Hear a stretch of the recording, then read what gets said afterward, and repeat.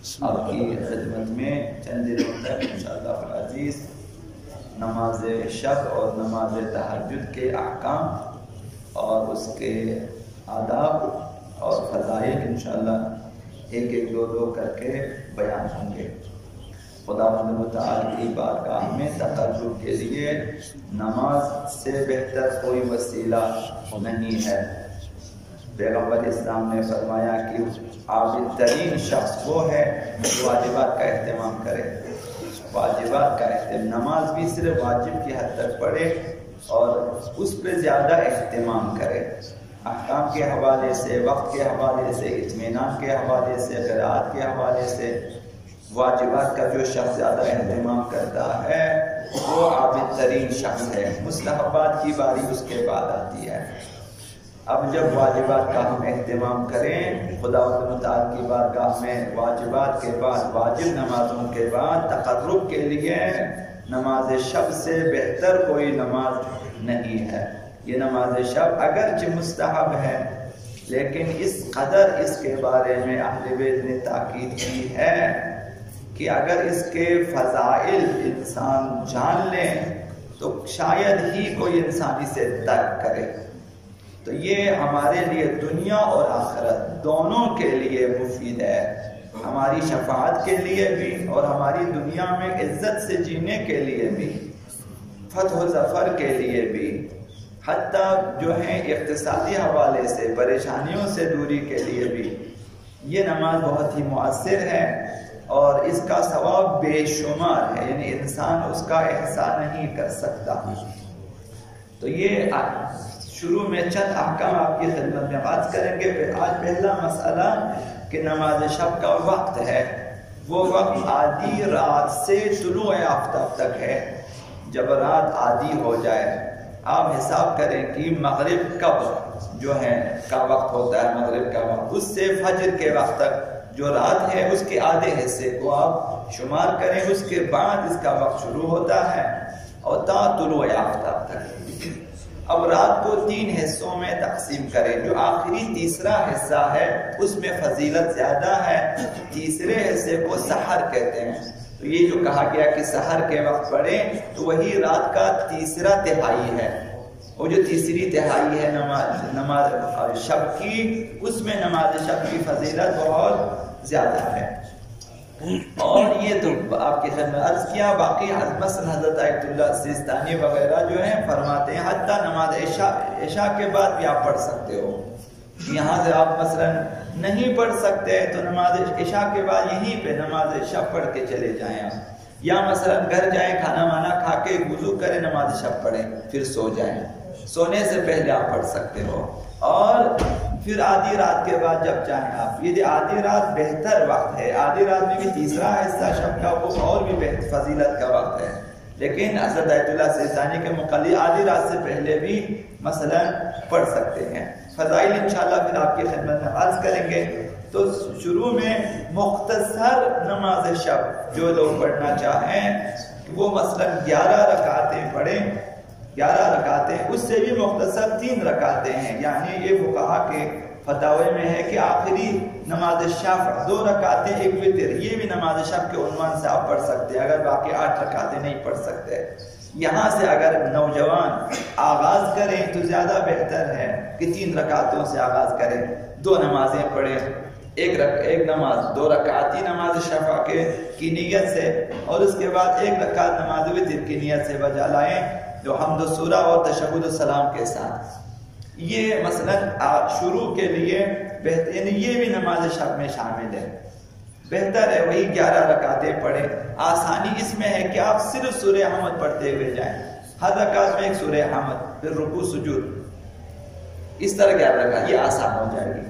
اس کے بعد باقی تفصیلات ہیں زیادہ، اگر آپ نارمل جو نماز معمول وہ حمد و سورہ ہے، 1 حمد 1 قل ہو اللہ پڑھیں 11 رکعتوں میں، تو لہٰذا یہ پہلے 8 رکعتیں پڑھنی ہیں، 2 کر کے 4 نمازیں پڑھنی ہیں، 2 کر کے 4 نمازیں پڑھنی ہیں، تو وہ ہو جائے گی 8 رکعتیں نماز شب کی نیت سے یا نافلہ شب کی نیت سے یا نماز تہجد کی نیت سے۔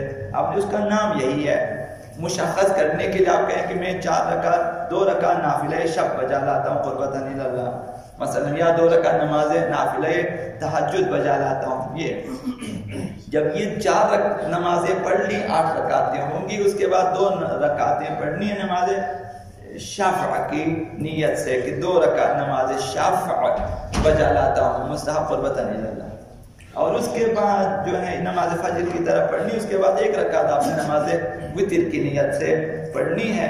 اور نماز وتر میں بہتر یہ ہے کہ سورہ حمد کے بعد 3 مرتبہ سورہ توحید پڑھیں، 1 مرتبہ سورہ فلق بھی پڑھیں، 1 مرتبہ سورہ ناس بھی پڑھیں اگر توفیق مل جاتی ہے، یہ بہرحال بہتر ہے۔ جس قدر طولانی قنوت پڑھ لیں ان نمازوں میں، نماز شفع میں قنوت نہیں ہے، باقیوں میں قنوت ہے، ان میں اگر آپ طولانی ترین قنوت بھی پڑھیں، جس قدر قنوت طولانی ہو جائے زیادہ بہتر ہے اور زیادہ ثواب ہے۔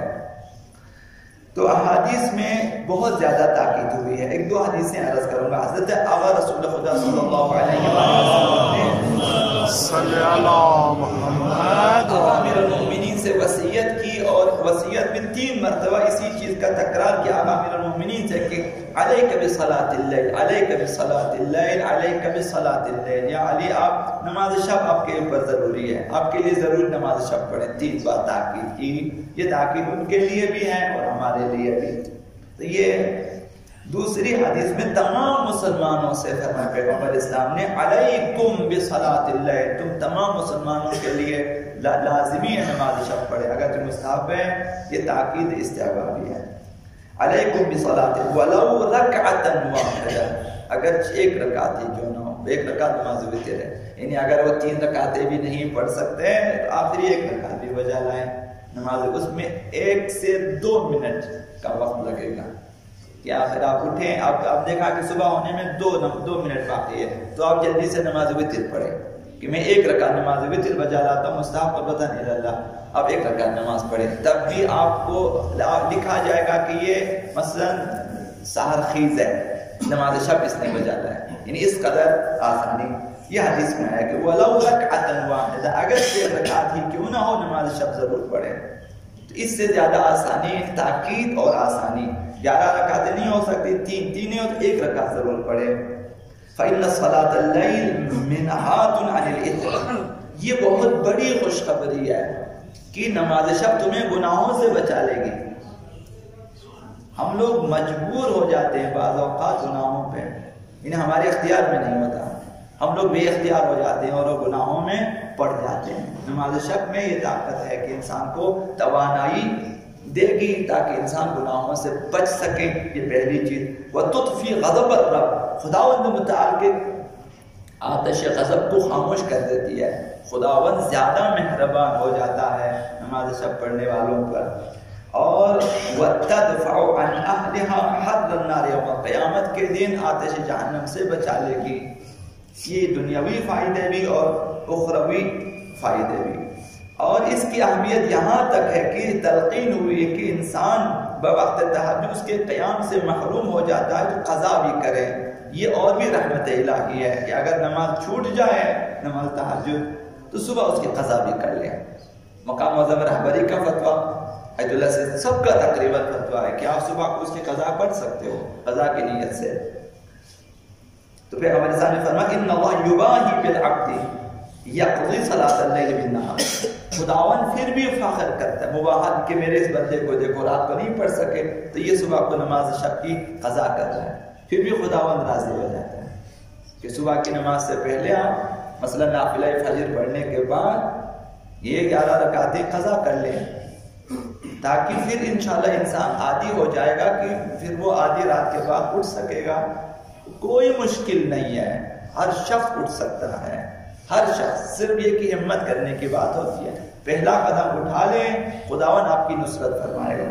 تو فرمایا کہ خداوند مباحت کرتا ہے کہ یہ شخص نماز تہجد قضا کر رہا ہے، ملائکتی عبدی یقضی ما لم افترضه علیہ، کہ میرے فرشتے یہ تو دیکھو یہ وہ نماز ہے جس کی یہ قضا بجا لا، یہ وہ نماز جس کو میں نے فرض ہی نہیں کیا، لیکن یہ خود اپنے اوپر فرض کرتا ہے، تو خداوند زیادہ خوشحال ہو جاتا ہے۔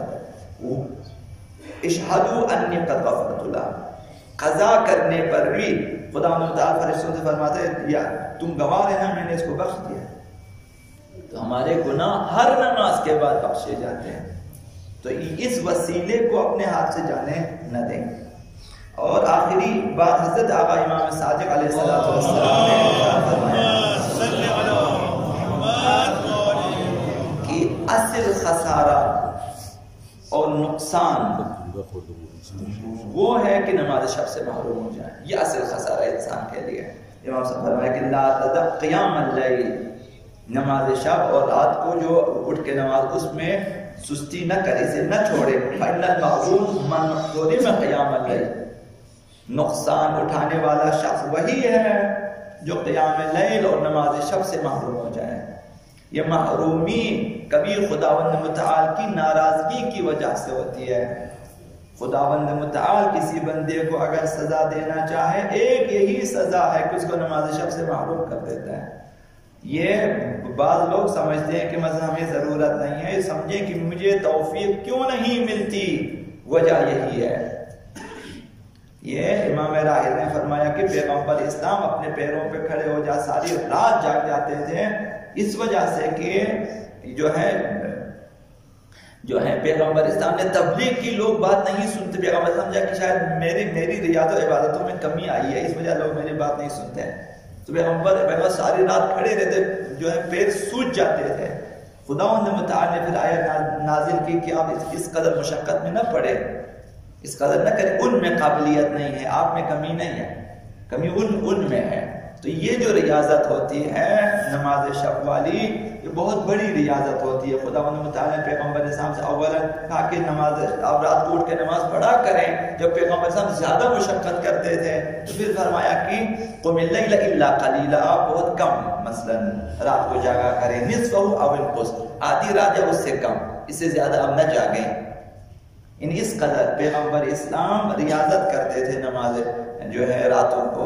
تو ہمیں چاہیے کہ کم سے کم یہ جو امیر المومنین تو پھر 1000 رکعتیں مثلا ہم یہ چند رکعتیں پڑھیں، انشاءاللہ العزیز ہماری دنیا اور ہماری آخرت آباد ہو جائے گی اور ہم انشاءاللہ العزیز انہی نمازوں کی وجہ سے سعادت مند ہوں گے. سب سے بڑی بات یہ ہے کہ ہم عاقبت بخیر ہو جائیں گے. جب ہم مریں گے تو انشاءاللہ العزیز کلمہ پڑھ کے، ہم شہادتیں پڑھ کے اہل بیت کے سامنے ہم جان دیں گے کہ تمام اہل بیت 14 معصومین ہمارے سرانے کھڑے ہوں گے اور ہم کلمہ شہادت پڑھ رہے ہوں گے اور ہم جان دے رہے ہوں گے. یہ ان نمازوں کی برکت سے ہوتی ہے. اللہم انا نسألک ونسلم علیک باسمک العظیم الاعظم العز الجل الاکرم یا اللہ یا اللہ یا رحمان یا رحیم یا مقلب القلوب ثبت قلوبنا على دینک. اللهم اهدنا من عندك وافض علينا من فضلك وانشر علينا من رحمتك وانزل علينا من بركاتك بحق محمد وآله الطيبين الطاهرين لروح المؤمنين والمؤمنات. رحم الله من يقرأ الفاتحة.